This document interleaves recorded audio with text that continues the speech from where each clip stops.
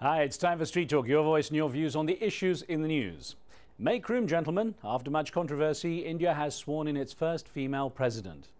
Although many see Pratibha Patel's election as a step forward in a society where women face constant discrimination, others view it as a hollow victory marred by muckraking during her campaign.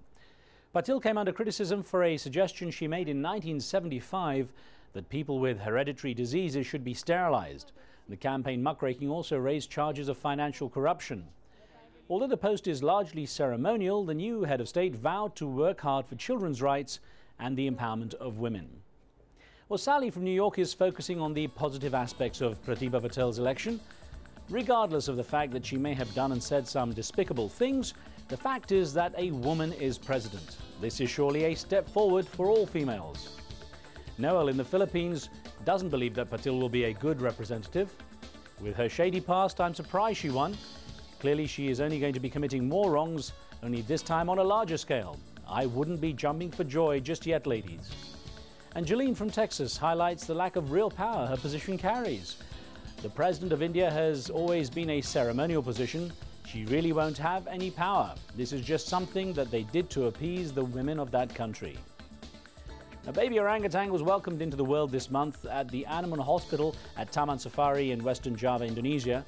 The zookeepers have had to take care of the baby, named Elmo, because his mother already has one baby and she can't cope with him. Female orangutans begin to reproduce when they reach the age of 15, and their gestation period is 8.5 months. The babies usually stay with their mother for their first 8 years. Orangutans have traditionally lived on the islands of Borneo and Sumatra, but destruction of their forest habitat is threatening their existence. We decided to see what you believed baby Elmo was thinking in this picture. Teresa from the USA had a couple of ideas. I think he's thinking, hey, that's a really huge banana. Can I have it? Either that or, what the hell is G.W. Bush up to now? That plan is worse than the last one. That might be me projecting that thought onto the orangutan. But Robert in London believes baby Elmo was remembering something he accomplished. The orangutan is thinking, I caught a fish this big. From Syria, Mazen wrote saying he believes that the little baby is a diva. From the looks of his expression, my guess is Elmo is thinking, what the heck? You call this milk? Give me a fresh bottle and make it snappy.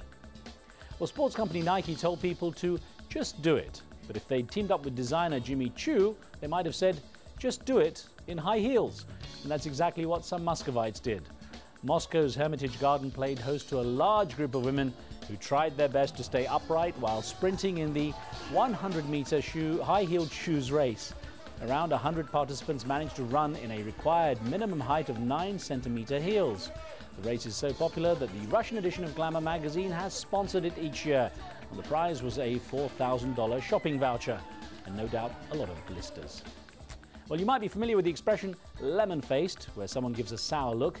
There's a reason for it, and these little tots discovered it early on as they got their first chance at some sharp citrus tasting.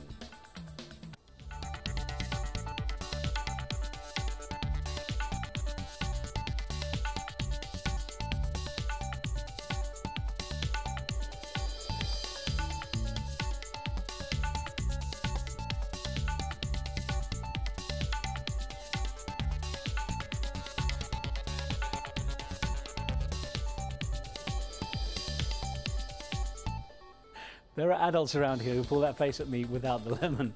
That's it until next time. Do keep sending in your questions and comments and point us to anything interesting or amusing for Street Talk.